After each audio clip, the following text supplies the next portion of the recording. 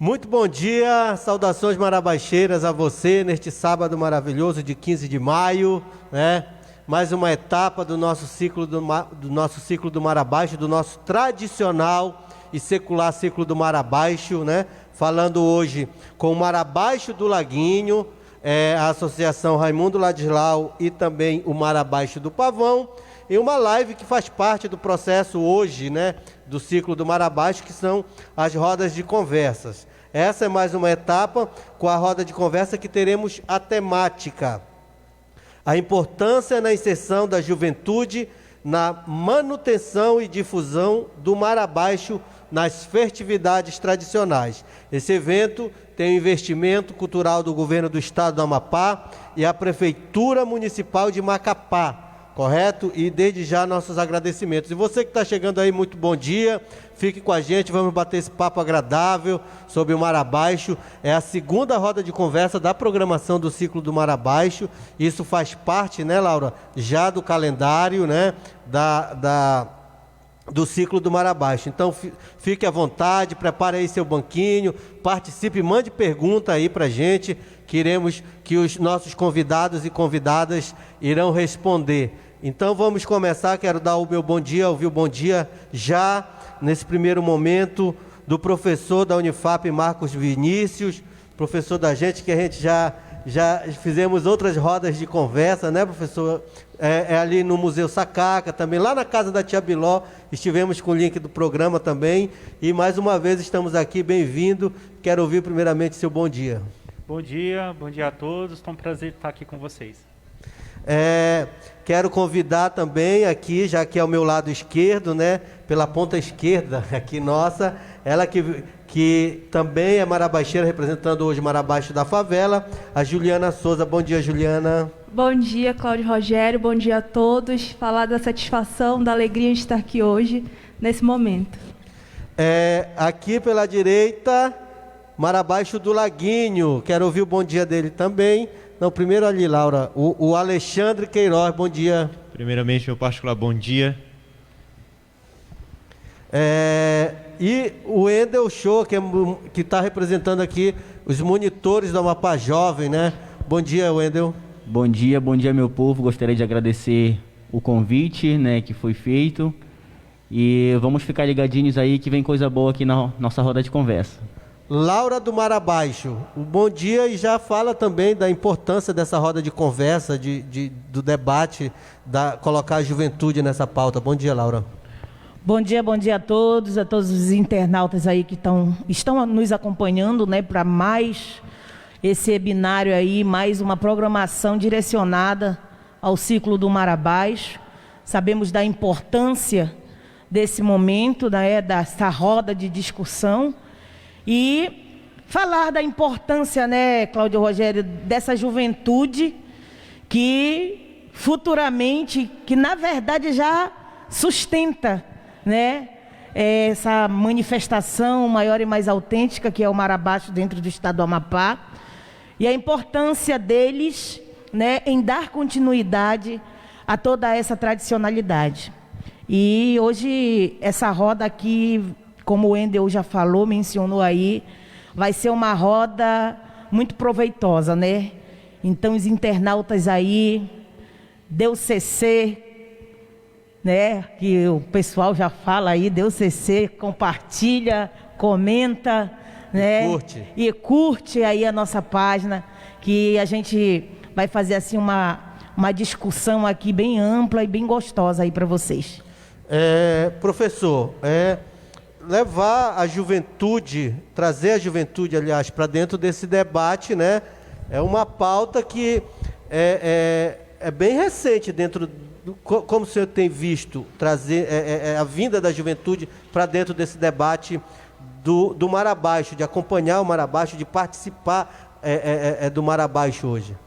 Ela é fundamental. Eu percebo que ela precisa crescer. Pelo menos eu falo a partir da universidade. A universidade ela é muito distante ainda do que o Mar Abaixo propõe. Então, quando você ouve falar do Mar Abaixo da universidade, você tem a referência dos barracões. Mas a atuação e o significado, a importância da juventude, ela é pouco falada, pouco vista. Não que o pessoal do Marabaixo não se faça aparecer, mas a universidade ela não vai atrás nesse sentido. Então, o futuro do Marabaixo, a preservação do que é Marabaixo e de como tem que ser, se dá na juventude. Ali se constrói a ancestralidade, ali se constrói os saberes, ali se mantém a reprodução daquilo que é tido como Marabaixo. Então, a importância está colocada nesse sentido, né? E outra coisa, a juventude ela tem a possibilidade de mostrar para o Estado do Amapá o que se de fato é o Marabaixo, que é para além de uma dança, para além de uma música, para além de um costume. Nós conversávamos aqui nos bastidores que dentro da juventude marabaixeira você tem psicólogos, você tem professores, você tem empreendedores, você tem uma série de iniciativas vinculadas ao que é Marabaixo que precisam ser exploradas, que é a identidade amapaense. A confecção da gengibirra, por exemplo, como que um psicólogo pode ajudar no tratamento a partir de uma experiência marabaixeira. Então, ou seja, você tem uma pluralidade de expressões que possam ser aproveitadas e que não são, por várias questões. Eu penso que aqui depois a gente pode aprofundar um pouco isso. Inclusive, sobre o próprio preconceito que é sofrido, a importância do psicólogo nesse momento, né? Então, é uma gama de coisas Sim. que só vem fortalecer esse momento. Desculpa, você que ela tocou num Fica ponto, à vontade, é que ela tocou num ponto muito importante, porque eu moro no bairro do Laguinho e eu percebo que muitas pessoas não querem ser suminegras. O bairro Moreno um medo de se associar à questão negra. E um bairro que respira o Marabaixo. Então, assim, muitas pessoas têm vergonha de usar saias, muitas pessoas têm lugar de colocar o cabelo, muitas pessoas têm vergonha, por exemplo, de cantar a caixa, de bater no peito e dizer assim, olha, eu sou do Marabaixo. Eu venho de uma família, a importância e essas questões. Então, assim, combater esse medo e o porquê é essencial. Porque nós vivemos um processo de apagamento do negro muito forte. O bairro do Laguinho ele tem um potencial turístico tão grande e não é explorado. A cada ano que passa, a gente percebe que a arquitetura do bairro está se acabando, as manifestações estão se acabando. Essas leis que são aprovadas na Assembleia Legislativa atrapalham o andamento do Marabaixo e isso comunga com que as pessoas também não se assumam marabaixeiras no seu espírito. Então, ter um psicólogo, por exemplo, jovem, sobretudo, que dê esse testemunho, ele é fundamental. De acordo, passar aqui para a Ju, depois de acordo com, quando você fala do bairro do Laguinho, de acordo com pesquisas, né, feitas dentro dos campos do Laguinho mesmo, o bairro estará completando 76 anos, né? E aí tem isso que o professor fala também, coloca essa questão do progresso, né? Mas também tem a questão da resistência, que ali o barracão da Tia Biló está resistindo, que o barracão do Pavão está resistindo, as caixas, os estoques de Marabaixos também resistem a isso, né? Ju.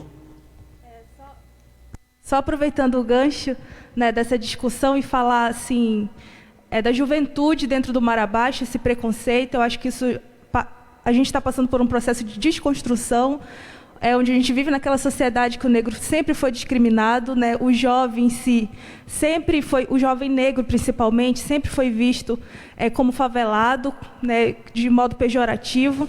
E eu acho que tudo isso vem entranhado na gente e fez com que a gente tivesse vergonha daquilo que é a nossa riqueza, a nossa cultura. E eu vejo também que os jovens hoje, eles precisam ter um espelho. E nós aqui hoje, incluídos nesse meio, nós estamos sendo espelho para que outros jovens se sintam à vontade, né, e tomam o Marabaixo como um pertencimento mesmo. E eu acho que esse é um papel muito importante que a gente hoje tem dentro, então, da sociedade, né, quanto jovens marabaixeiros. Wendel. Bom dia, meu povo, novamente. Gostaria de pontuar, né, algumas colocações que vocês citaram. Uma vez eu fui convidado para um evento, eu e a Laura, pelo Conselho de Psicologia, né? E lá eu citei algo que eu vinha observando, né, que não sei se é tão perceptível para algumas pessoas. O que seria? Marabaixo tem quase todos os dias na cidade de Macapá.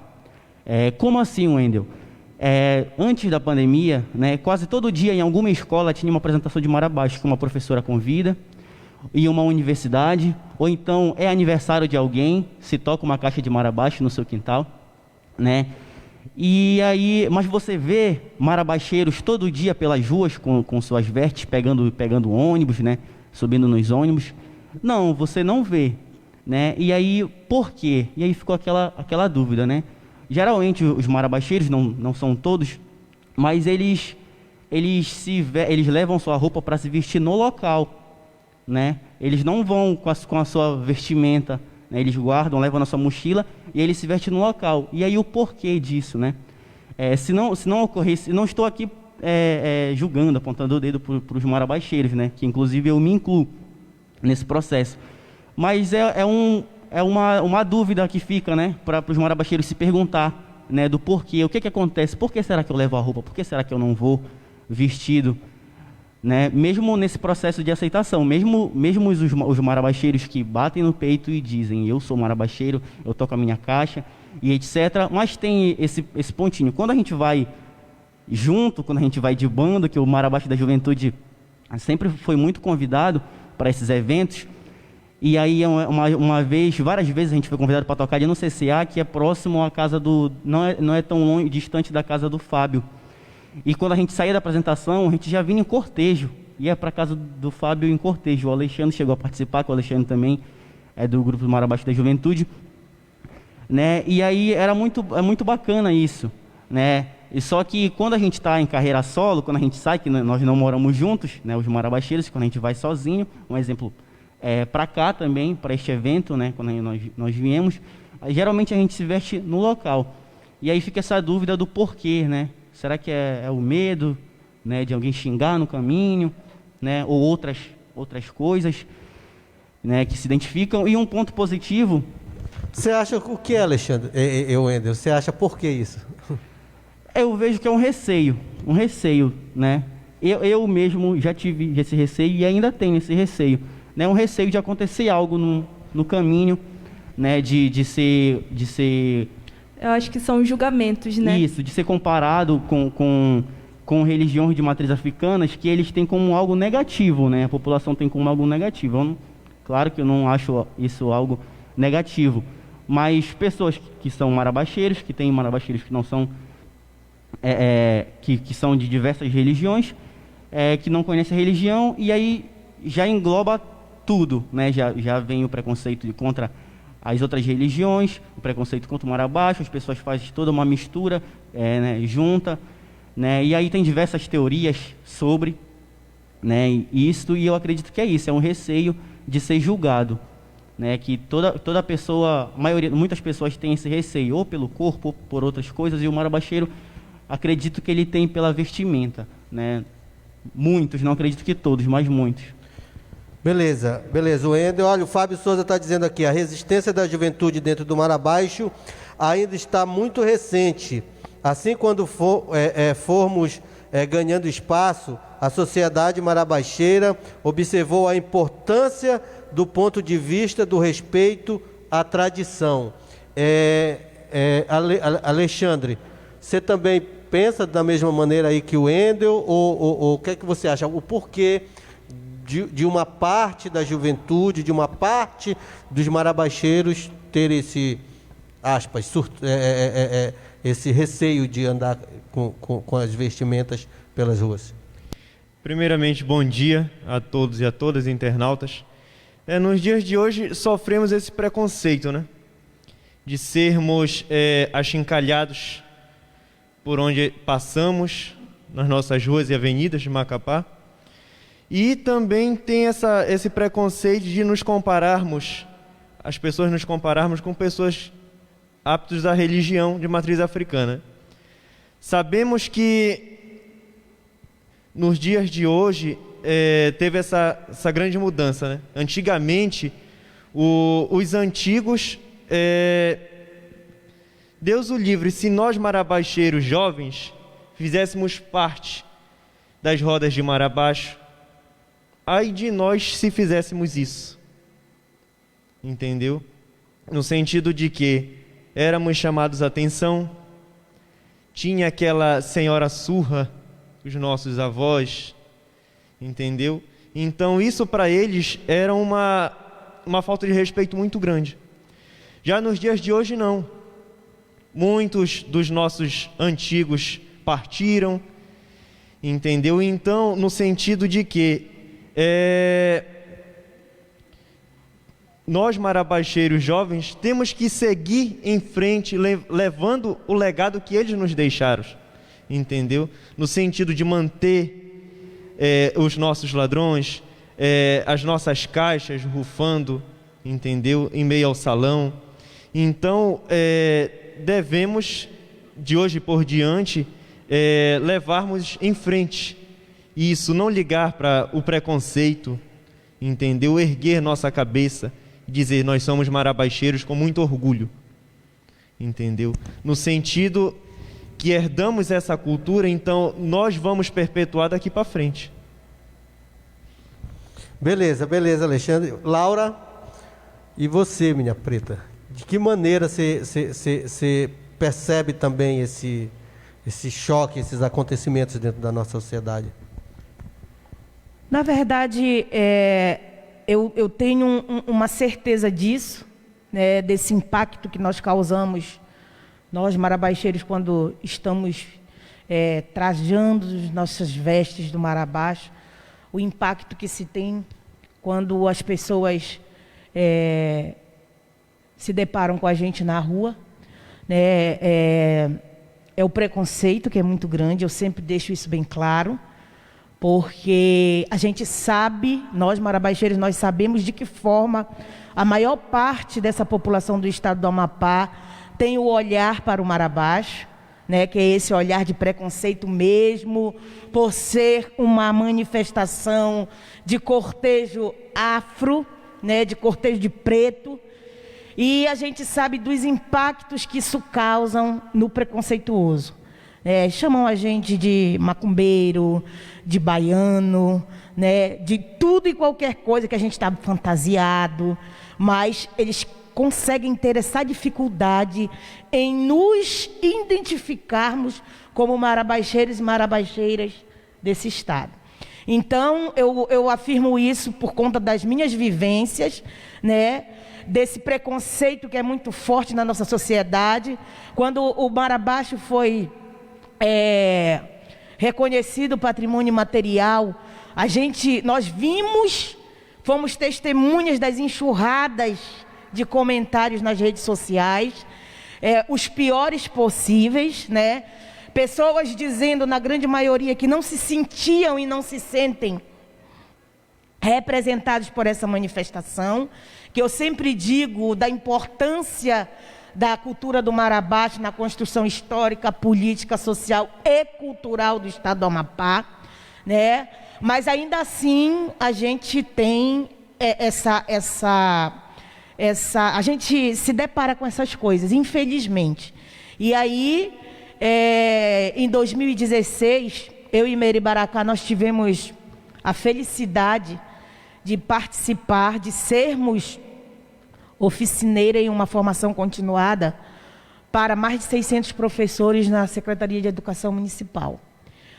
E assim impactante quando essa oficina se encerra e os professores se levantar para agradecer o ensinamento que lhes foi repassado, porque até então eles tinham um conhecimento, né, bem assim pejorativo sobre o Marabaixo.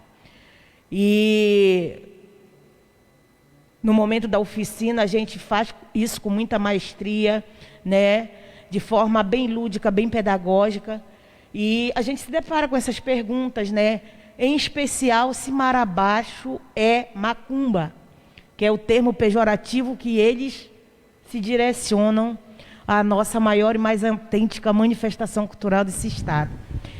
E hoje eu vendo a juventude, coisas que o que o Alexandre mencionou aí, quando mais jovem, eu não via a juventude nesse processo, né, da participação das rodas de Marabaixo. Inclusive, eu ouvia muito: o que é que eu vou fazer lá, que essa festa só é para velho, né? E o sujeito, ele passa, é que nem a criança, ele passa a fazer quando ele se vê no processo. A partir do momento que a juventude começou a integrar as rodas de Marabás, inclusive a tomar conta das realizações como coordenação do ciclo do Marabás. Isso para mim me deixou muito feliz, né? E os meus olhos chegam a lagrimejar quando eu vejo o salão da casa da minha avó, das outras associações, repleto de juventude. Porque, para quem não sabe, Marabás também é questão de resistência, né? Questão de reconhecimento quanto pessoa negra dentro desse estado, como bem mencionou o professor Marcos Vinícius, que é um estado que não se assume quanto pretos e pretas. E que não sou eu quem digo, é o IBGE que diz, entre pretos e pardos, nós somos a maioria, né? 74%. Eu chego em Campina Grande para apresentar o meu... Ai, me deu um branco, sempre me dá um brancozinho da hora da fala. Para apresentar o meu artigo, Marabás e Batuque no Fazer Pedagógico, e eu passo um videozinho. Por conta do tempo, precisei passar só 4 minutos. 4. E aí, todo mundo ficou encantado para ver o vídeo na íntegra. E como eu fui a última, terminei e fui autorizada a passar o vídeo que fala da cidade de Macapá, que fala da nossa manifestação maior. E quando termina, esses graduandos, mestres, doutores, um se vira para o outro e disse: nossa, o Amapá é uma região afro-indígena. E aí você percebe que o outro tem facilidade de nos reconhecer e nós não temos essa facilidade. Mas por que muitos dos nossos não têm essa facilidade? Por conta do preconceito, que é muito grande, né? Então, falar, por isso que eu digo que é sempre bom esse momento, né, onde a gente pode estar falando para o mundo inteiro nos ouvir, inclusive Macapá, né, da importância de se falar de Marabás, além das rodas, né, do batuque, além das rodas do nosso tradicional Marabás, a importância disso tudo, porque isso nos fortalece, né? Isso faz quem ainda está na dúvida de se reconhecer, fazer acontecer, que eu penso que já está passando da hora. Professor. Tá ok? Desculpa, professor. Esse primeiro relato da nossa juventude, né, mostra que existe esse problema, primeiro, com parte da própria juventude e com receio do que a sociedade, como a sociedade vê o nosso Marabás, né? A questão do pertencimento que temos, né? Eu tenho dito assim, olha, eu estou fazendo um trabalho de identidade visual do Marabás, que eu quero fazer uma camisa assim para cada um mandar fazer a sua, com pertencimento. Eu amo Marabás, né? A gente tem, eu criei um tema no Facebook também com essa ideia do eu amo Marabás, sou marabaixeiro, enfim. A gente procura fazer, mas a gente vê que ainda está presente só a nossa comunidade, a comunidade marabaixeira, né, professor? Talvez eu fale umas coisas aqui, talvez vocês não gostem, mas tudo bem. Eu sou de fora, não sou daqui, né? E eu fico impressionado como o Marabás ainda é muito localizado em alguns espaços. Eu tive a oportunidade, junto com a professora Piedade, de visitar algumas escolas, aí confirmando um pouco o que a Laura falou. A gente trabalhou na Secretaria de Educação Municipal, os professores não conhecem. Você vai para a escola, eles ouvem o quê? Eles ouvem brega, sertanejo, mas não é Marabás. Então, se os alunos não ouvem, os professores não ouvem, e como chegar? Né? O Marabás, ele é do ponto de vista cultural, ele é amapaense, porque se você quer entender o Amapá, vá para o Marabás, está tudo lá. Entretanto, você não tem uma popularização, no sentido assim, quantitativo das pessoas. Para isso. Isso me incomoda. E eu acho que por que não tem isso? Porque o Estado não se reconhece como tal. Então, se eu não me reconheço como negro, se eu não me reconheço a minha identidade, como a política pública vai avançar? Não vai avançar. E aí tem uma questão histórica, que já foi falado ali pelos meninos, que tudo que é vinculado a ser negro é visto como pejorativo. Quantas pessoas do Marabaixo negam a proximidade com a matriz africana? E eu não estou dizendo aqui que o marabaixeiro ele tem que ser do candomblé. Não, isso é uma questão de indivíduo, de identidade, escolha da laicidade. É outra coisa, mas toda manifestação afro-religiosa ela tem uma conexão com a África. Terreiro é um espaço da africanidade, acabou. Então, querendo ou não, vai ter proximidade de diálogo, no sentido, significado, as cores do mentado. O que é a roda, gente? A roda da vida. Né? Por que o Marabaixo tem uma roda? Tem um sentido ser negro. Isso vem da África. Então, assim, há essas conexões que são exploradas, as pessoas não sabem. O tambor, o que é o tambor, pessoal? É chamar as entidades, isso dentro do terreiro. No Marabaixo ele pode ter uma outra conotação, mas vem desse sentido. Agora, o que me chama a atenção é o seguinte, é uma hipótese de pesquisa que eu tenho. O Marabaixo ele é aceito pela elite local porque ele é católico. Porque ele se apresenta como católico, até porque o bairro do Laguinho não é um bairro de classe média. Claro, tem pobre, tem seus problemas, mas é um bairro elitizado, do ponto de vista geográfico, e para aceitar uma manifestação negra, ela tem que se apresentar como católica. Tanto é que no bairro do Laguinho, o único terreiro que eu tenho conhecimento que existe, ele é do fundo ele é de fundo uma igreja evangélica. E eu tenho todo um respeito pelos setores evangélicos profundamente. Para encerrar essa sua indagação, Rogério, eu não esqueço quando nós estávamos no Curralinho, um projeto que eu e a Laura fez e me convidou, e tinha um diretor de escola que ele se colocava como o diretor evangélico, pastor, mas que trabalhava o Marabaixo, para ele mostrar que não tinha preconceito. Mas é muito fácil você não ter preconceito quando você se apresenta como cultura ou como folclore. Isso me incomoda. Por isso que vocês estavam falando a respeito de ter datas comemorativas de apresentação, isso é bom, mas me incomoda, porque isso mostra que o Marabaixo é só uma apresentação cultural. Gente, não é. Não é, é uma identidade de vida, é uma visão de mundo. É uma marca identitária. Identidade não é só exibicionismo, não é só a apresentação. Eu acho que, por exemplo, aquela vez que vocês foram no Senado se apresentar, eu acho que, do ponto de vista político, tem sua importância.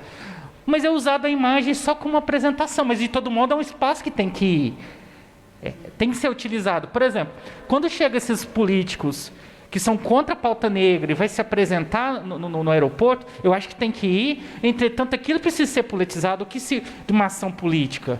E isso passa por um reconhecimento de ser negro, que eu não vejo que está colocando. Por isso que eu acho que a juventude é importante, porque se a juventude não tem essa consciência de que ser negro, subalterno de resistência, quiçá os outros. Né? E aí tem outros elementos também colocados. Por exemplo, o que eu vejo de gente querer modificar as estruturas do Marabaixo, né? É muito forte. Isso também é outro cuidado que precisa ter, né? Porque às vezes a juventude, na conexão com outras expressões culturais, quer trazer para dentro. Isso, do ponto de vista cultural, é justificável, mas tem que tomar cuidado, porque há uma tradição ali. Ciclo do Marabaixo 2021, né? Aqui, hoje, com a roda de conversa, o tema é a importância e inserção da juventude na manifestação e difusão do Marabaixo nas festividades tradicionais. Vale frisar que não é só o ciclo do Marabaixo, né, Laura? Com investimento e apoio cultural do Governo do Estado do Amapá, Prefeitura Municipal de Macapá. A realização aqui é da Associação Raimundo Ladislau e Marabaixo do Pavão, tá? E olha, tem uma informação legal aqui, tem sorteio de 2 livros da doutora Piedade Videira. Deixa eu pegar aqui, bater quais são esses 2 livros, a Laura já mandou aqui, só um momentinho. Os 2 livros, cadê, Laura? Pronto, aqui. O primeiro já vai para a 2ª edição, não é isso, Laura? Marabaixo, dança afrodescendente, significando a identidade étnico do negro amapaense. Esse é um livro que será sorteado. E também Batuques, Folias e Ladainhas, também o livro da doutora Piedade Videira. Batuques, Folias e Ladainha, a cultura do quilombo do Criaú em Macapá e sua educação. Vai estar na telinha aí, você que está acompanhando, né? Vai estar na telinha o número para você que está acompanhando para concorrer. Já coloca o meu nome aí no sorteio, viu? Beleza? Então, desde já, nosso obrigado a você que está acompanhando essa live aí na telinha nesse sábado chuvoso, bom de ficar em casa mesmo, né? E curtir a live. Ju, agora vamos falar de Marabaixo da Juventude. Tu, o Wendel, o Alê, tem feito junto com o nosso querido Fábio e toda a turma esse Marabaixo da Juventude, né? Como tem sido a participação do Marabaixo da Juventude, em todos os sentidos, dentro das festas tradicionais? Não somente do ciclo, mas das demais festas onde tem o nosso Marabaixo. Rogério, por entrar nesse assunto, que é tão importante para todos nós, né? E falar de Marabaixo da Juventude, primeiramente saudar aquele que foi o idealizador desse grupo, nosso querido o Wendel Luan, que hoje já não se encontra mais aqui entre nós, e a gente deve, então, todo o agradecimento a ele, que há anos atrás trouxe essa proposta de se criar o grupo, então, Marabaixo da Juventude, já percebendo naquele período a importância de nós jovens nos unirmos para estar, então, difundindo e dando continuidade à nossa cultura, né? E desde então, a experiência que a gente tem tido com o Grupo Marabaixo da Juventude foram as melhores. Eu acredito que, desde quando o grupo iniciou, a gente está abrindo aí muitas portas, a gente está realmente contribuindo com esse legado, né? Estamos participando, a gente percebe hoje a importância, nós somos convidados, a gente está dentro tanto da programação do ciclo, nós somos convidados durante todo o ano a participar dos festejos nas comunidades, nós somos convidados a adentrar as escolas ministrando oficina. Hoje a gente já, como associação organizada, já temos vários projetos inscritos, né, de levar realmente a cultura através de oficinas, de palestras, levar até as escolas. E eu vejo que isso é um papel muito importante de nós, justamente por essa proximidade, por talvez saber melhor a linguagem de jovem para jovem, né? Dizer que a gente tem um compromisso em manter a nossa cultura em sua essência. Claro que o jovem, eu acho que através dessa fluidez, desse dinamismo do jovem, hoje alguns ladrões já são cantados de forma talvez mais acelerada, né? A gente vai meio que adaptando para essa nossa linguagem mais assim fluida, dinâmica, mas claro, sem perder a essência. E eu vejo isso com grande importância, assim, né? Alexandre. Como a Juliana mesmo ressaltou, né, esse compromisso que firmamos não só com os nossos marabaixeiros antigos, na questão da valorização, preservação, com a nossa cultura.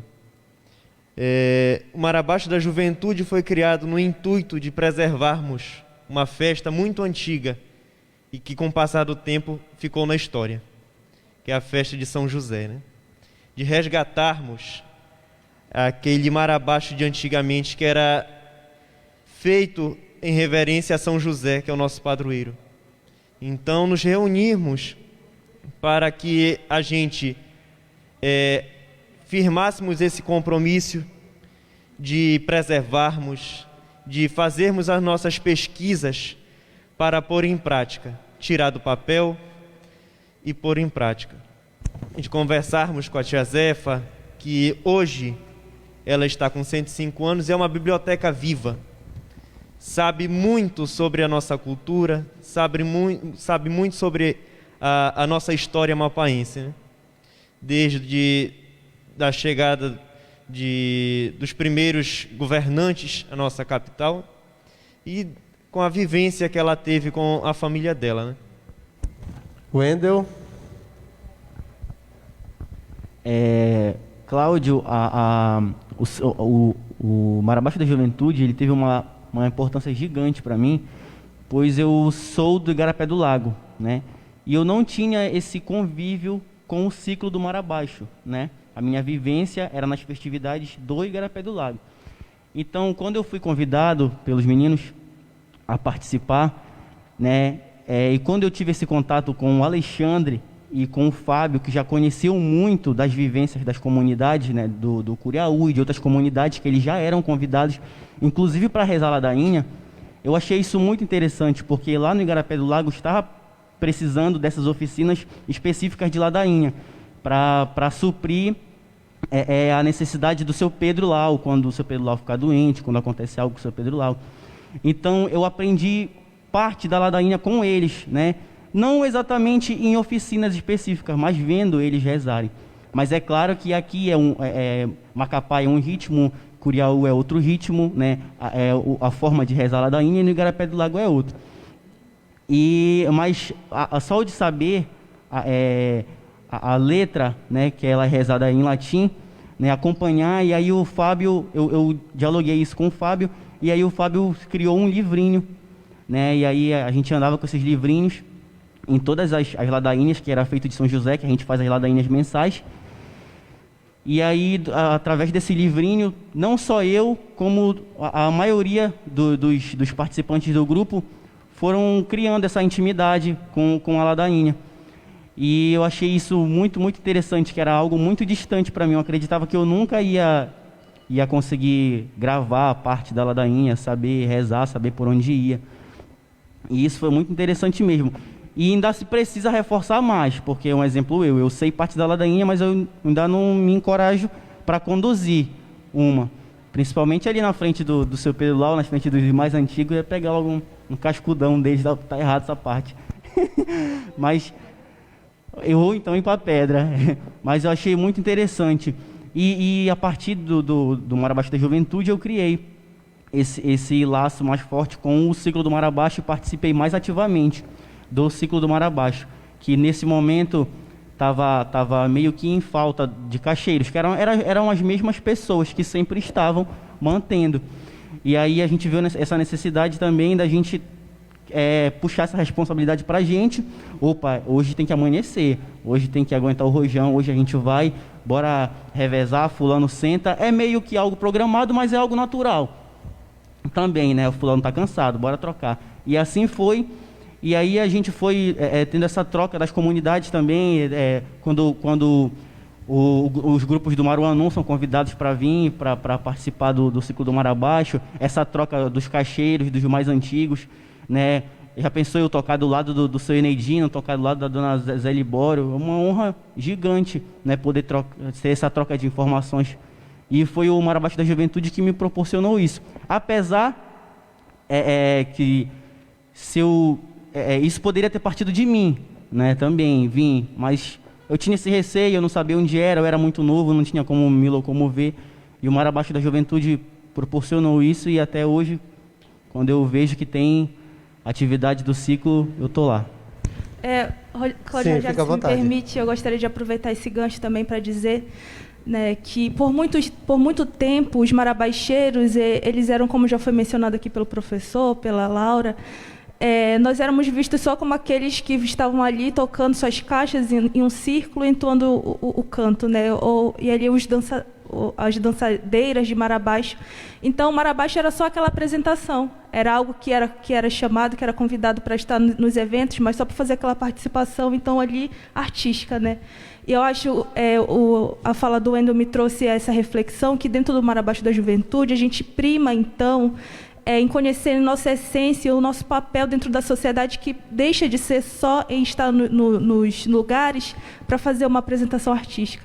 Então, lá dentro, a gente promove também rodas de conversa, a gente já vem com esse novo olhar, que eu acho que é imprescindível, né, para essa perpetuação da cultura, nós nos entendermos nosso papel dentro da sociedade, enquanto marabaixeiro, que não está ali só, que não é marabaixeiro só no momento de estar ali rodando sua saia, tocando uma caixa de marabaixo, né? Que contribui para a construção dessa sociedade.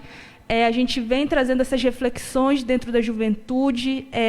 Esse ano em específico foi uma experiência que a gente teve durante a condução dos festejos de São José, na nossa festividade, que foi incluir as rodas de conversa, onde o professor Marcos Vinícius também, nós tivemos a honra de tê-lo em uma das rodas de conversa, que é justamente para abrir esse debate e abrir o olhar, né, das pessoas frente a o que é ser a a nossa manifestação sobre o Mar Abaixo, que vai além realmente desse lado artístico. Então, a gente tem muito que explorar ainda, né?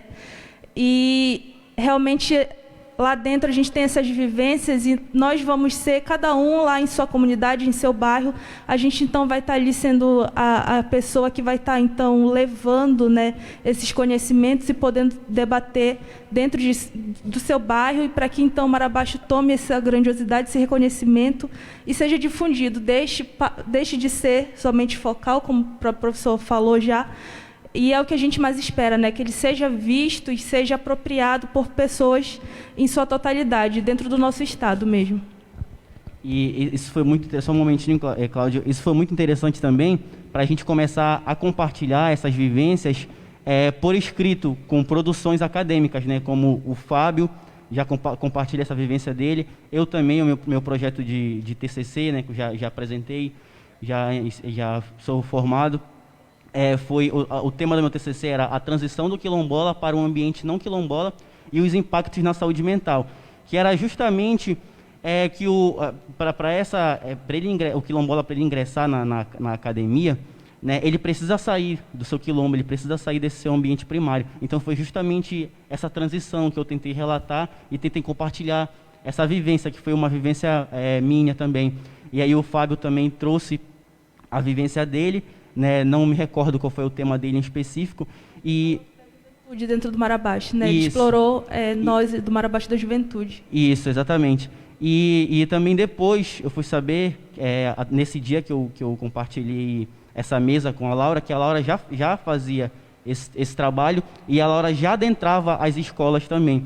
Eu fui ter esse contato com as escolas quando eu participei de um processo seletivo, e aí eu me tornei monitor cultural do programa Amapá Jovem. Nesse momento, nesse primeiro momento, era monitor cultural, era amplo, né? E eu acredito que uns 3 anos depois, recente agora, ano passado, se criou especificamente o monitor de Mar Abaixo. Então isso foi muito, muito importante, muito interessante, e hoje nós temos, participamos desse programa de monitoria, que é muito importante nesse processo de adentrar as escolas e de ponderar algumas justificativas que alguns professores dão por o porquê de não trabalhar, né? O Mar Abaixo, como o professor falou, que o Mar Abaixo é rico, dá para se trabalhar literatura, dá para se trabalhar diversas outras questões. Eu já consegui conciliar Mar Abaixo. No Amapá Jovem, o Mar Abaixo é trabalhado, Wendel? Sim, com certeza. Inclusive, eu já consegui trabalhar o Mar Abaixo como cunho terapêutico, né? Os sons da caixa de Mar Abaixo, né? Eu realizo alguns sons, as pessoas ficam de olhos fechados, a gente faz um relaxamento, e eu realizo alguns sons com a caixa de Mar Abaixo, e aí, após esses diversos sons, eu pergunto, né, o que incomodou, o que foi agradável, e a partir desses sons as pessoas vêm trazendo vivências delas, né? Elas comparam os sons da caixa de Mar Abaixo com algumas vivências, com as montanhas russas da vida, né? E é muito interessante isso aí. Maravilha. Laura, a Fran tá nos dizendo aqui na live, que dentro do dossiê do IFAM fala desse cuidado de manter e conservar. Por isso, digo que o ciclo do Mar Abaixo, diz ela, justamente para manter os demais eventos para vender a cultura do Mar Abaixo. Você concorda? É isso mesmo? O ciclo do Mar Abaixo mantém, né? Por isso digo que o ciclo do Mar Abaixo é justamente para manter e os demais eventos para vender, né? A cultura do Mar Abaixo. E outra coisa, quando o professor quando a Gil falou também das batidas, dos toques de caixa, né? Dentro desse dossiê do IFAM também, o IFAM encontrou esse problema agradável, digo assim, saudável, né? Essa problemática, dizer, olha, não, o Mar Abaixo ele vai se transformando conforme o tempo. Tem um baque do Mar Abaixo daquele período, hoje de outro, né? E vai se transformando aí conforme as tradições. Como você diz também da gengibirra, que tinha um objetivo e hoje tem outro, né? E isso, a juventude também sempre presente, acompanhando esse processo, né? Contribuindo com esse processo, que diga-se de passagem, que ele não tem mal nenhum, né?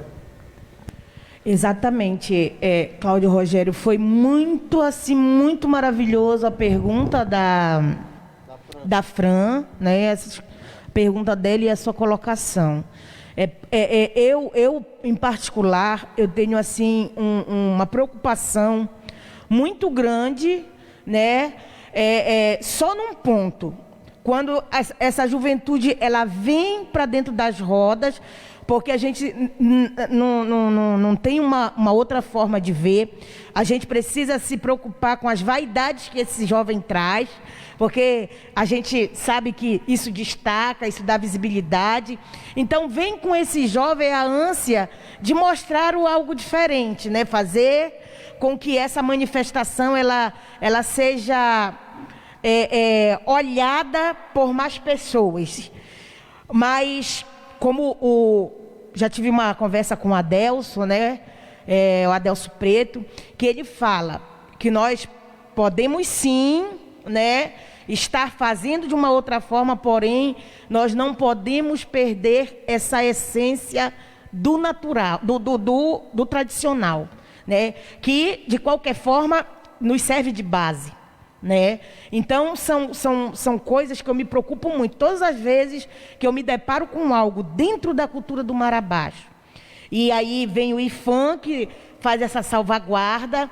Um momento eu com a Piedade a gente conversou muito, quando a Piedade diz: Laurinha, por que eu me preocupo quando se junta vários marabaixeiros das comunidades, tipo para tocar uma caixa em um outro grupo? Porque cada grupo tem a sua essência, tem o seu toque, né? Então isso a gente precisa se atentar para isso. Não é à toa que existe o Encontro dos Tambores, que é um momento onde você vai se deparar com toda essa diversidade dos grupos que nós temos, das comunidades tradicionais e quilombolas que se apresentam nesse momento. Então, nós que já estamos há mais tempo nessas rodas, a casa da minha avó é bem próximo do Centro de Cultura Negra, eu sei quem está no palco. Ah, Laura, tu ouviu o apresentador chamar? Não, é pelo toque das caixas. É pelo entoar do cantar de cada cantador, de cada cantadeira, né? Então, isso é muito nosso. Nós, pretos e pretas que estamos dentro desse estado, nós não viemos só de um lugar da África, né? Essa diversidade, você chega na comunidade do Curiaú, o toque do Curiaú não é o mesmo do Mazagão, não é o mesmo do Garapé do Lago, não é o mesmo da Campina Grande, não é o mesmo do Torrão do Matapi. É algo assim muito enriquecedor, né? E que a gente precisa ter esse olhar de preservação, né? Para tudo isso. Porque senão, com essa ânsia de estilizar tudo, quando se fala em estilizar, já me dá um tremor. Porque eu tenho essa preocupação. Então, no dossiê de salvaguarda do IFAM, você vai se deparar, inclusive com esse fazer dessa gengibirra, né, que é uma bebida típica das rodas de Marabás. Eu preciso de uma água. Falar em gengibirra, né? Coçou a garganta, olha só, tá vendo? Foi na hora que coçou a garganta aqui da Laura. Deus o livre até nesse frio, e é bacana. Então é assim, gente. O fazer da gengibirra também acontece da mesma forma como o toque, o jeito de cantar. Cada comunidade faz a sua gengibirra dentro, acompanhando a receita que foi perpassada lá pelos nossos ancestrais. Algum dia alguém chegou comigo e disse: Laura, tu enterra a tua gengibirra? Não. Mas existem comunidades que fazem isso. Existem comunidades que põem para serenar 7 dias, que ela vem daquele modelo, não temperada. Existe regra única, né, Laura? Não. Cada um respeitando o né? seu... Cada um respeitando o seu espaço e a fonte em que bebeu, né? Porque está lá na comunidade tradicional, está na comunidade quilombola, de quem eles pegam todo esse aprendizado. É dos nossos ancestrais. Então não adianta, quando a gente está todo mundo junto e misturado, cada um tem que fazer o seu papel. Por isso que eu digo, dentro da cultura do Marabá, não precisa ninguém ter ciumeira de A, de B, de C. É tanta coisa para se fazer que a gente até se perde. Professor. Eu queria complementar sobre o que a Laura disse, que cada comunidade tem uma expressão a partir da sua tradição, mas muito mais do que isso, e já olhando para a juventude, é o diálogo com a juventude nos dias atuais. Que para nós da história, nós sempre aprendemos que todo dado, toda produção, ela passa por uma trajetória de vida em loco. Então, por exemplo, quando você pega os ladrões antigos, eles vão cantar a sua história, né? Os compositores estavam relatando ali as realidades deles, sejam positivas ou negativas daquela sociedade. E era uma sociedade rural.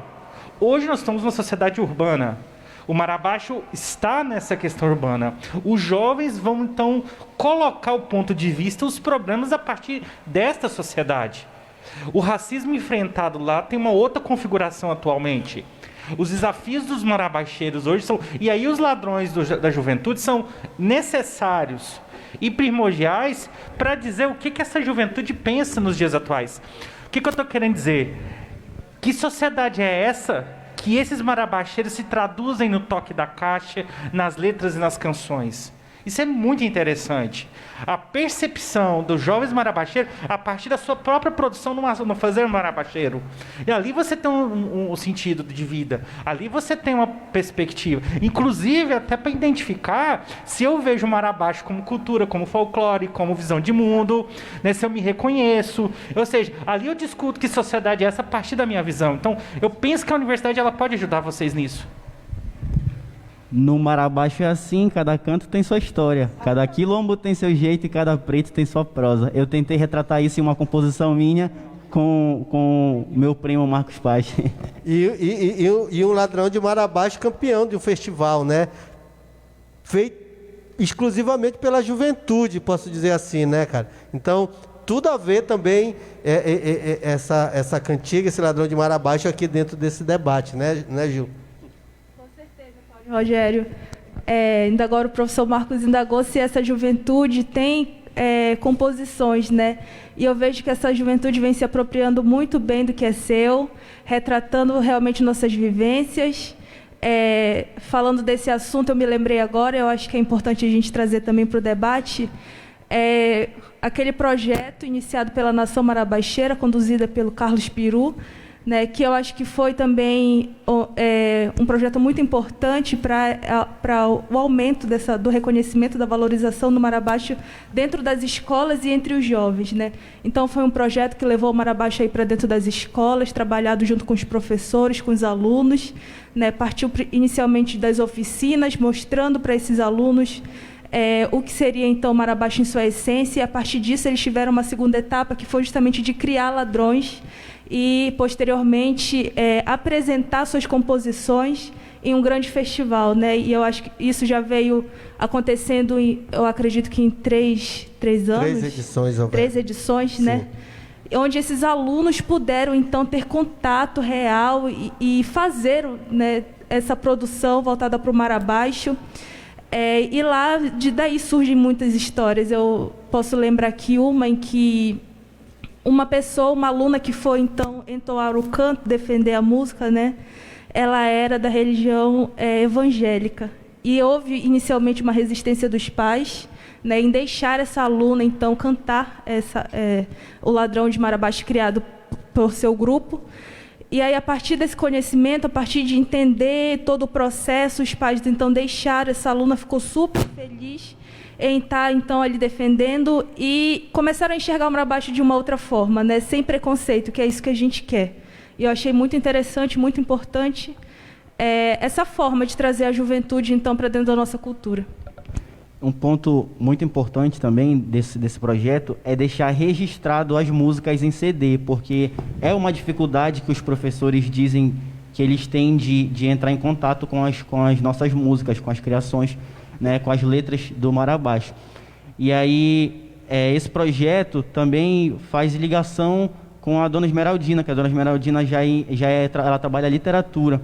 Então, é assim, só vejo que o professor hoje, se ele pesquisar um pouquinho, ele consegue encontrar agora. Inclusive, já tem Marabaixo em Spotify, né, nas plataformas digitais. Então, hoje já não está tão difícil. Mas foi uma caminhada longa, né? Foi uma caminhada longa que visou deixar esse processo mais fácil para os professores terem acesso a conhecimento e trabalhar esse conhecimento em sala de aula. Alexandre, eu queria que tu falasse um pouco também da tua vivência com as nossas pretas velhas, com nossos pretos velhos, assim, na questão essa relação e também do ensinar, do cantar do Ladrão do Marabaixo passado por eles para vocês, e você falando como jovem. Cláudio, como eu conversei ainda há pouco com vocês nos bastidores, eu nasci no Laguinho, minha mãe do Laguinho. O meu pai nasceu na favela, então a gente em casa sempre teve como é que eu posso te dizer, essas ligações. A família do meu pai era a Santíssima Trindade dos Inocentes na favela, que o pai da Elisa vinha a ser meu tio. Já a mamãe sempre foi ao lado do Divino Espírito Santo, Santíssima Trindade. Então, a minha infância toda foi na casa da avó da Laura. Entendeu? No final de semana a gente ia para lá, no finalzinho da tarde, para conversar. Então, eu tive muito essa vivência com eles. Então, desde moleque, eu sempre fui assim muito curioso para saber. Eu chegava com a Dona Biló, é assim, assim, assim. Ela sentava comigo, isso não, é assim que acontecia. Na qual eu cheguei a conhecer muito dos pretos e pretas velhas do Laguinho, não só do Laguinho, como da favela. Seu Joaquim Ramos tocava caixa muito bem, Mestre Pavão, Dona Venina, e dentre outros. A tia Dica Congó também, que é a mãe da Elísia, então, entendeu? Então eu aprendi muito com eles, essa convivência, essas perguntas que eu sempre fazia com eles, até mesmo a tia Zefa do Quinca. A gente deu ir lá com ela, minha madrinha, assim, assim, assim. Não, era assim que era cantado, era assim que era feito, entendeu? Como ela mesmo dizia, antigamente a nossa gengibirra, ela era ralada. Hoje em dia já tem o liquidificador industrial, entendeu? Tinha toda essa tradição. Até mesmo, como ela mesmo diz, até o amarrar da fita da coroa do santo era de uma forma. E tinha que seguir ao pé da letra aquilo que os antigos passaram. Entendeu? A murta do Divino Espírito Santo eram as mulheres. O corte do mastro eram os homens. Entendeu? Então tinha toda essa tradição que era extremamente rígida naquele tempo. Por eles, né? E que nos dias de hoje eles passaram para a gente, para que a gente possa levar em frente essa tradição e essa perpetuação. Deixa eu fazer uma colocação aqui.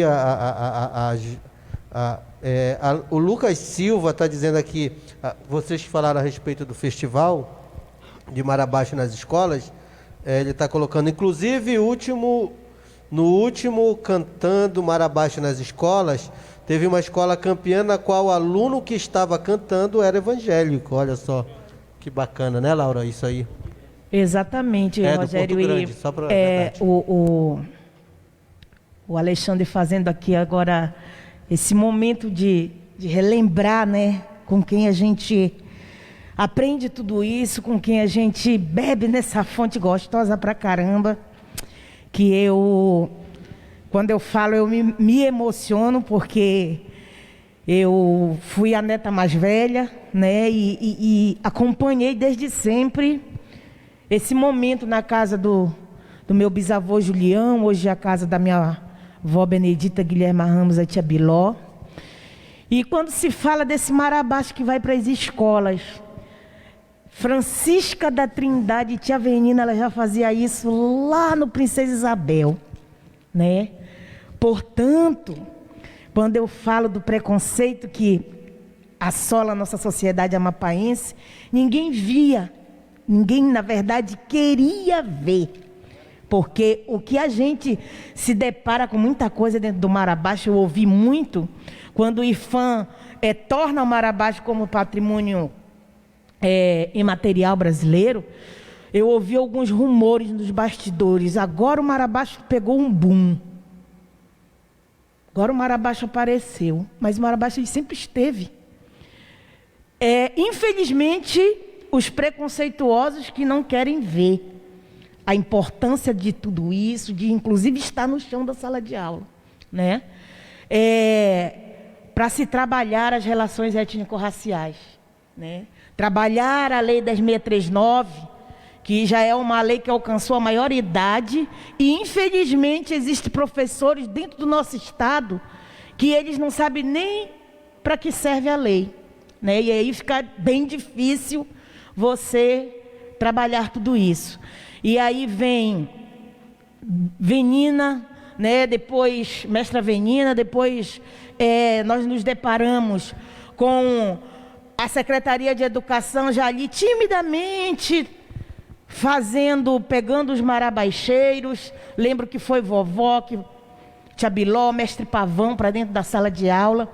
E as pessoas continuavam se perguntando, para que marabaixo na sala de aula?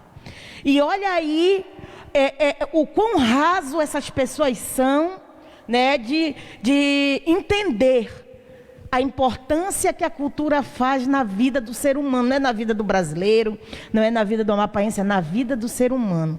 Porque um ser humano sem cultura, ele está totalmente desprovido da sua própria história. Que eu digo, quando a gente se nega a trabalhar a Lei 10.639 dentro da sala de aula, no chão da sala de aula, a gente nega a falar de nós mesmos.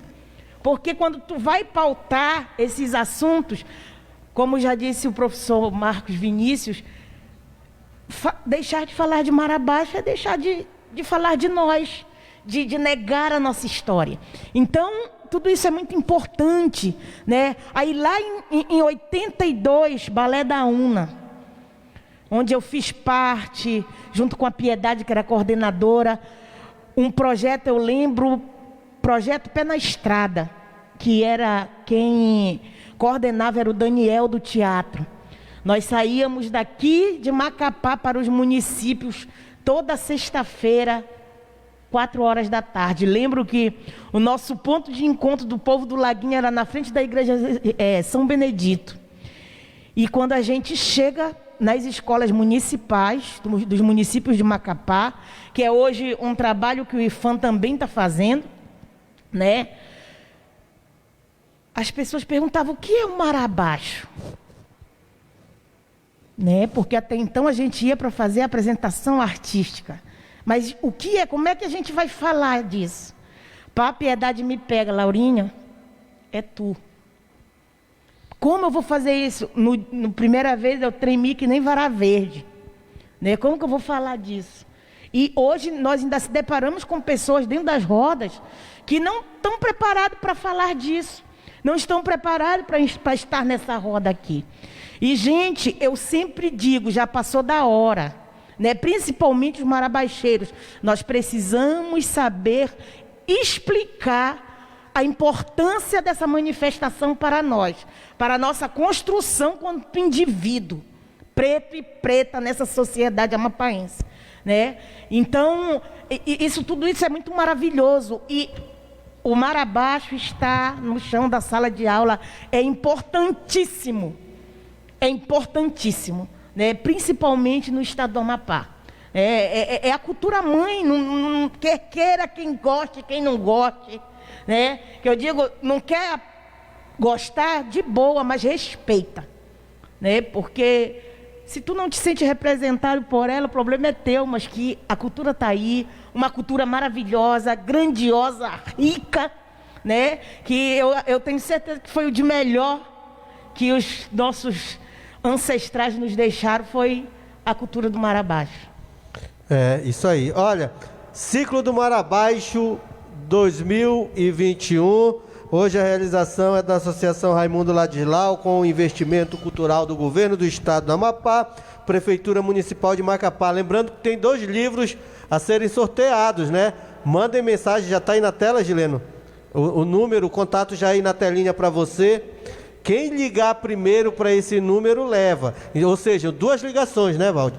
As 2 primeiras ligações vão ganhar 2 livros da professora doutora Piedade Videira. Professor, a gente já chegando ao final, né? O Endo fez uma colocação na qual eu concordo, que a gente já tem, o Marabaixa já deu um passo importante. Hoje não é só aquela dificuldade de se encontrar, ainda temos sim. E o IFAM também, dentro do dossiê também. Gileno, você disse que o dossiê está disponível também na internet, não é isso? No site do IFAM, não é isso? No site do IFAM, o dossiê do Marabaixa, lá você vai ter toda... Marabaixa da Amapá em PDF, né? Exatamente. Você procura e tem aí o dossiê, super recomendo. Então, professor, o papel da imprensa, da comunicação, assim, em relação à difusão do Marabaixa, em relação, por exemplo, a juventude, a gente percebe, quando a gente pega, joga um link aqui nos nossos grupos do Marabaixa, é rapidinho que viraliza a coisa, né? E aí, mas a gente percebe como é que o senhor vê, professor, essa questão do papel da imprensa na difusão também do Marabaixo, para fazer com que chegue na juventude também, chegue em com outras pessoas dentro da sociedade? Ela é fundamental. Ela é fundamental. Não só na divulgação, mas também na visão dos marabaixeiros por meio da imprensa. Ou seja, a cobertura, por exemplo, dos festivais, do ciclo, das iniciativas, ele é fundamental na popularização para as pessoas chegarem, inclusive de fora. Tem muita gente que vem para cá e não sabe o que é, e até para poder exportar para fora. Acho que foi esse ano, saiu uma reportagem na Folha de São Paulo sobre o Marabaixa, eu fiquei tão feliz. Várias pessoas já começaram a me ligar, porque lá do Amapá, Marabaixa, o que é? Aí você já começa a explicar, você fala que é Você fala que é uma festa afro-religiosa, as pessoas já vinculam, já quer saber, já quer conhecer, e quando conhece, se encanta. Então, a divulgação é fundamental. Fundamental na essência e também para romper essas barreiras preconceituosas que há. Ju. Eu acredito também, né, papel super importante, é o que realmente dá visibilidade, é por esses meios que, como o professor já disse, a gente alcança, né, vários ambientes, né. O Marabaixa também já foi, se for só dessa forma, né, ele já foi cantado aqui, em outros estados dentro do Brasil e até fora. Mas sem a visibilidade da mídia, eu acho que nem todo mundo sabe, né, que o Marabaixa já foi tocado, cantado presencialmente em outros países e outros estados. E através da mídia, a gente cantando aqui, eu acho que esse ciclo do Marabaixa, durante esse período de pandemia, nos trouxe essa evolução, né, que foi transmitir o Marabaixa por meio de lives, como vem ocorrendo. Isso permitiu que ele fosse ampliado para ainda mais pessoas. Com certeza, muitas pessoas tiveram acesso à nossa cultura, estão agora podendo prestigiar pela primeira vez através, então, dessas mídias. Então, o papel da imprensa realmente é super importante, né, e agradecer por todo o trabalho, por toda a cobertura. Se nós temos hoje grandes registros, ainda são poucos, foi graças ao papel desses comunicadores. Só lembrando a última programação do ciclo do Marabaixa, que foi a quarta-feira da Murta, né, pela FOMAPA, né, que foi pelo Facebook do Marabaixa do Pavão, em parceria com a Associação Raimundo Ladislau, ela rendeu mais de 700 compartilhamentos, cara, né? É uma coisa impressionante isso. Isso não são números pequenos, não, dentro de uma das redes sociais. São números bastante consideráveis, né? E eu conversava com o Guto e ele mostrava para mim, cara, isso é impressionante. Fiquei assim, impressionado também com o número, né? A gente acaba se impressionando, Laura, assim, mas também saindo com a de felicidade de saber como o nosso Marabaixo está respeitado, também está valorizado, né, Wanda? Eu me espantei, foi um espanto bom. Recentemente tá tendo uma oficina do Sesc com o Adelson Preto e o João Amorim, onde eles ensinam as levadas de batuques, levadas de Marabaixa, né? E aí eu me inscrevi para participar. Muita gente de fora mesmo, muita gente querendo saber, né? Cantores de Brasília, cantores do Rio de Janeiro, da Bahia, participando porque o SESC é um mundo, né? O SESC é um mundo, então quando rodou o link das inscrições aí, então eu achei muito, muito legal mesmo essa iniciativa. Ainda o livro, Valdir? Já saiu um, falta outro, né? Já ganharam os 2 livros. Olha, Laura, a gente está com 86 compartilhamentos aqui nessa live, viu? Acho que a gente já atravessou o Atlântico uma hora dessa. O Wendel. Tá. Então deixa eu bater logo os vencedores aqui. Os 2 primeiros livros, não vale. Antônio Alino do Laguinho ganhou, parabéns. Aí só tem que ver qual é o primeiro livro, né? E o Gileno Almeida, não vale esse, viu? Eu vou entrar com recurso. O Gileno Almeida ganhou também, o livro foi premiado aqui. Parabéns, Antônio Alino, né? Minha amiga Antônia. E o Gileno aqui, o nosso amigo, parabéns, Gileno. É importante. Olha, essa semana, ontem, né? Houve o lançamento dos livros da professora Esmeralda Santos também. Quem quiser, encontra lá na banca do Dorimar. Os livros da professora Piedade também tem lá, né? Você vai lá na banca do Dorimar, tem vários trabalhos dos nossos escritores, dos nossos autores, de nossos compositores que falam do nosso Mar Abaixo, não é isso? O Wendel, Alexandre, você também estão parabenizando aqui você, falando do seu cantar do Mar Abaixo, né? Com tradição, com cantigas... as cantigas tradicionais do Mar Abaixo, né? Roberto Carlos. É por isso que é Roberto Carlos, né? Tá explicado. A juventude, famílias tradicionais. A gente pegar aqui, a gente tem famílias tradicionais. Garapé do Lago, você Laguinho de Favela, aqui representando a favela, mas tem raiz também dentro do Laguinho, né? E a Laura também. Tem tido um feedback de jovens que não sejam ligados diretamente às famílias tradicionais dentro do nosso Mar Abaixo? Nos dias de hoje sim, né? Antigamente tinha só mesmo a nata da família, né? Das famílias tradicionais. Hoje em dia não, tem mais de, pessoas, principalmente do lado da juventude, que se simpatizam com a cultura e vêm para dentro das associações para querer aprender, entendeu? Para querer difundir ainda mais a cultura amapaense. Temos dentro do Mar Abaixo da Juventude isso. A gente vê que tem jovens que fazem parte das famílias tradicionais, tem outros que não são, entendeu? Estão ali como simpatizantes da cultura. Tem também até mesmo os nossos universitários, né? Que vêm para saber um pouco da cultura, se apaixonam, quer estar junto com a gente nessa questão da preservação, de manter ainda mais a cultura. Ju, eu queria que você exatamente contasse outras experiências dessas a respeito de jovens que estejam vindo para dentro. Eu acho muito interessante, eu estava fazendo uma reflexão hoje, né, até para vir debater aqui com vocês. E se hoje a gente perguntar para o jovem qual é a referência que ele tem de Mar Abaixo, como que ele teve contato pela primeira vez com o Mar Abaixo, muitos jovens podem até dizer que foi por conta da família, foi meu bisavô, porque eu vi minha mãe cantar, porque eu vi meu avô cantar ou tocar.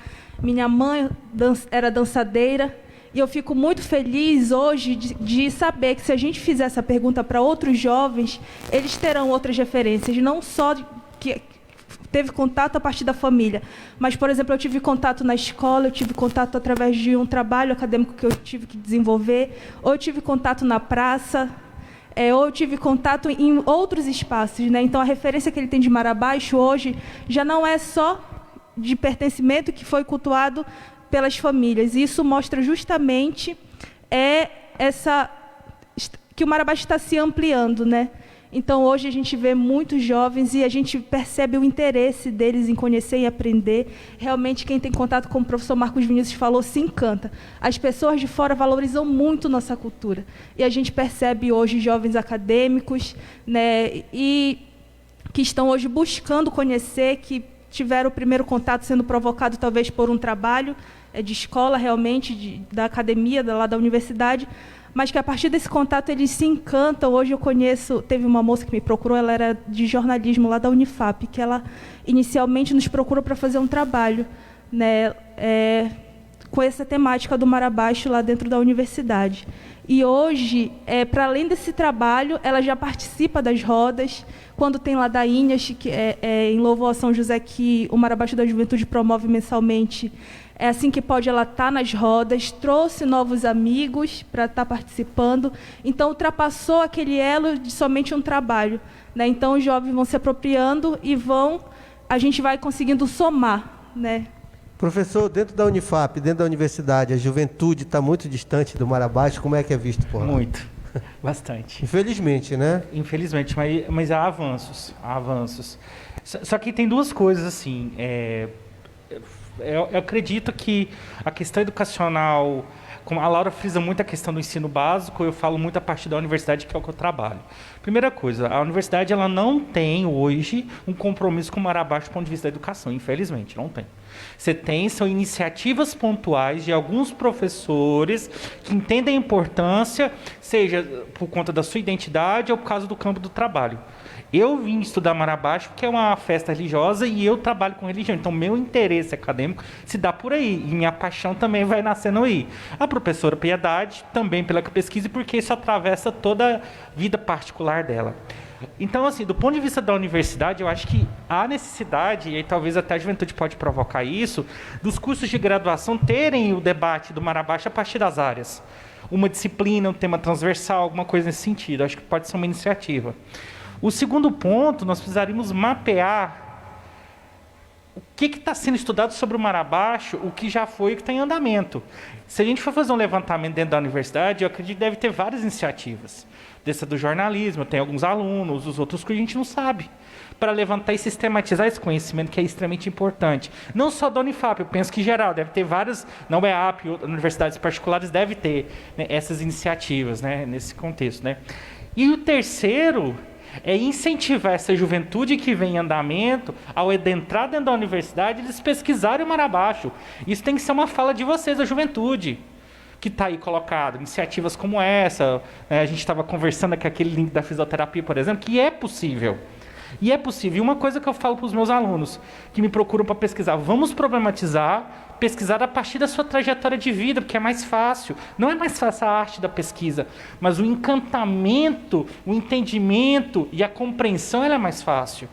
Então eu penso que isso pode ser algo a ser tomado como consciência daqui para frente.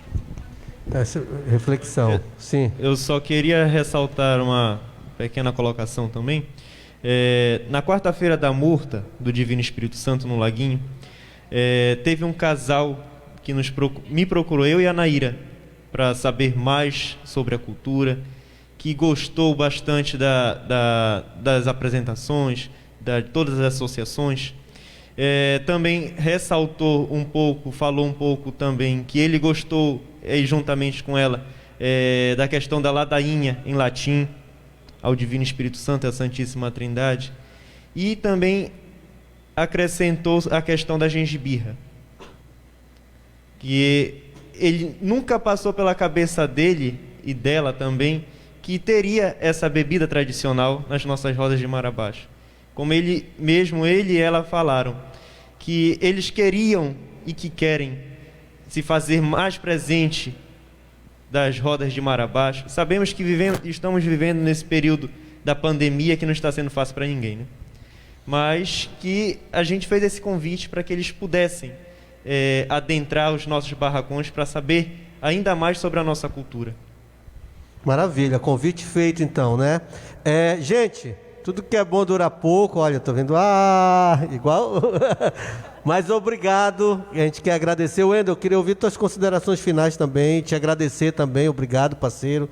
Sucesso aí na tua carreira artística e profissional também. e suas considerações finais aí. Só queria agradecer muito mesmo o convite, né?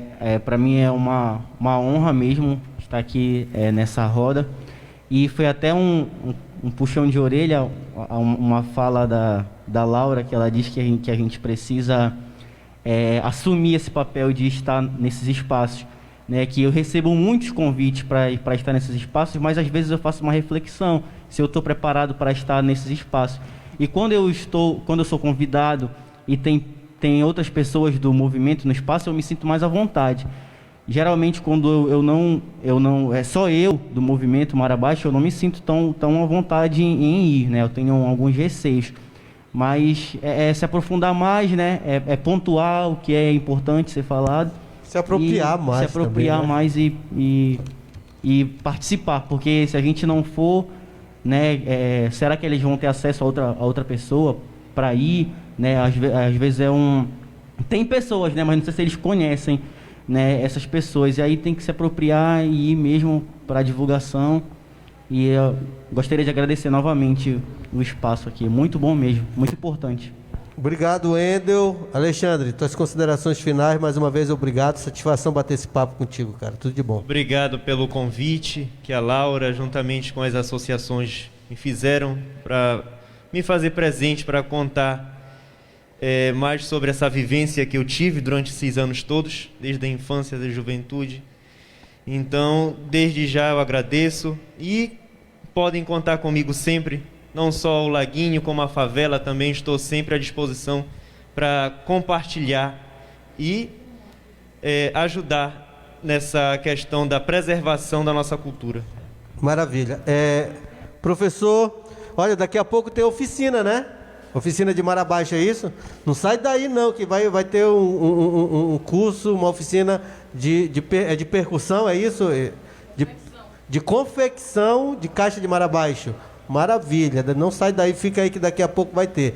Professor Marco Vinícius, mais uma vez obrigado, sempre participando dessas rodas de conversa, para mim é um ensinamento, cara, é uma honra tê-lo quando você está de caramba, lá vai eu aprender coisas boas, né? Obrigado, viu? Eu que agradeço o espaço, sempre é uma honra estar nos círculos, debatendo, contribuindo. Uma pessoa de fora tem que reconhecer meu lugar de fala, então isso é muito importante. Então eu aprendo muito, assim, a valorização. Eu venho de uma família que tem uma cultura negra diferente, mas não menos importante. Então, a minha trajetória como pesquisador ele veio tanto particular como da pesquisa, a partir da diversidade. Então, para mim, simplesmente é um encontro do outro diferente e eu aprendo muito. Então, sempre é uma troca. Então, sempre agradeço. Estar aqui é um reconhecimento também do trabalho que eu fico feliz, né? E hoje também morador do Laguinho. E um exímio tomador de gengibirra? Ju, obrigado mais uma vez, querida, sucesso também a você, tudo de bom e agradecimentos em nome da Associação Raimundo Ladislau pela presença e pelo debate produtivo. Nossa, eu estou lisonjeada, agradeço muito pelo convite, pela oportunidade de estar aqui hoje, vivenciando esse momento com todos vocês. Para mim é um prestígio enorme estar ao lado de pessoas tão importantes. Nossa, onde que eu ia imaginar que eu estaria ao lado de Laura do Marabaixo? Né, uma pessoa assim que realmente é inspiração e que leva com muita garra, quebrando esses paradigmas, levando nossa cultura. Professor Marcos Vinícius, primeira vez conhecendo pessoalmente, mas já conheci a relevância do trabalho e agradeço o trabalho que ele vem desenvolvendo aqui no Estado. E o quanto que é legal estar perto de outros jovens, Alexandre, o Wendel. E hoje foi um momento realmente de troca, também aprendi muito. E peço que os jovens, eu vejo a importância de nós estarmos aqui nesse debate, agradecer realmente por estarem proporcionando isso. Quando que anos atrás a gente ia imaginar que jovens estariam falando de Marabaixo, né? Estariam falando com propriedade da nossa cultura, e realmente ressaltar isso que o Wendel falou, a gente precisa se apropriar, precisamos nos apropriar disso que é nosso, e eu acho que não existe outra pessoa com mais capacidade, com mais conhecimento do que nós para estarmos levando esse conhecimento adiante, então, né? Então, agradeço de verdade pelo convite, estou muito feliz. Eu quero dizer que nós ganhamos um grande aliado, que é esse cara ali do outro lado também, o Gileno, que é da cultura junina, e quando eu apresentei ele para a equipe, eu vou apresentar você para a nossa turma do Mar Abaixo, você trabalhar aí também, conhecer um pouco, tenho certeza. O Gileno ele já está fazendo isso, difundindo o Mar Abaixo junto aos seguidores da cultura junina também, né, Gileno? A nível nacional, inclusive, né? Que o Gileno também faz parte de grupos nacionais da quadra junina. Laura, minha preta, mais um trabalho, missão cumprida, né? Já erguei nossa bandeira e já cumprimos nossa missão, né? Então, vamos embora, quero te agradecer mais uma vez pelo convite. A você, ao Raimundo Ladislau, ao Governo do Estado e à Prefeitura de Macapá também, que são parceiros deste evento. E tuas considerações finais também, minha preta. Já cantando para subir, né, Rogério? Papo gostoso pra caramba, que a ideia é essa, né? Professor Marcos Vinícius, que é um companheiro aí nessa luta de tantos anos, né, professor? E Juliana, o Wendel e o nosso Roberto Carlos aqui do Mar Abaixo, Alexandre Queiroz. A ideia é essa, gente, trazer pessoas para estar fazendo essas discussões com a gente. Quanto mais pessoas diferentes, melhor, porque a gente acaba entendendo de fato e da forma como a gente pode estar levando a cultura do Mar Abaixo, né, para outras pessoas conhecerem. Esse momento atípico que nós estamos vivendo, essa ferramenta que são as redes sociais nos ajudaram muitíssimo nessa divulgação, porque a gente não está só mostrando para o Amapá, para o Brasil, nós estamos no mundo. Quando a gente começa a fazer as lives, eu digo, vamos embora para o mundo, que é para onde realmente a gente vai. A live da quarta-feira da Murta, tinha gente na Suíça assistindo, né? Então, olha só aonde chega, né, o que a gente tem para mostrar de conhecimento dessa cultura maravilhosa, que é a cultura do Mar Abaixo. Aos internautas, minhas saudações marabaixeiras, né? E daqui a pouco vai ter mais aí uma oficina na construção de instrumentos, né, de Mar Abaixo, com os nossos companheiros da Associação de Campina Grande, que também fazem parte do ciclo do Mar Abaixo. Cláudio Rogério, laguinense assim como eu, mais uma vez te agradeço pelo apoio, né, compromisso com a nossa cultura e com os festejos do ciclo do Mar Abaixo. Muito obrigado de coração por somar com a gente nessa construção toda. Dizer que não tem mais volta, viu? Se Deus quiser, nós vamos sair dessa pandemia, estamos saindo, mas para o ano nos encontraremos nas rodas de Mar Abaixo com essas lives, né, cara? Então, a gente vai se encontrar, vai se confraternizar. Chega, eu fico arrepiado aqui, amanhecer o dia, ver os mastros aí, as bandeiras e louvar, e ao vivo também, né? Para o ano, se Deus quiser. Então, obrigado mais uma vez. Aqui o Gileno também, pois é, né? Já ia falar ele. Fez GTEC, uma proposta, né, aí para a comissão do Mar Abaixo, né? E a gente vai trabalhar junto, que a ideia é essa, mostrar para o mundo o que a gente faz aqui na nossa manifestação, que o Amapá não é diferente de nenhum estado, né? E em nome da comissão do Mar Abaixo, da Associação Cultural Raimundo Ladislau, né? Muito obrigado pela atenção de vocês. Tchau, gente. Fique com Deus. GTEC Lives. Qualidade em tudo que faz.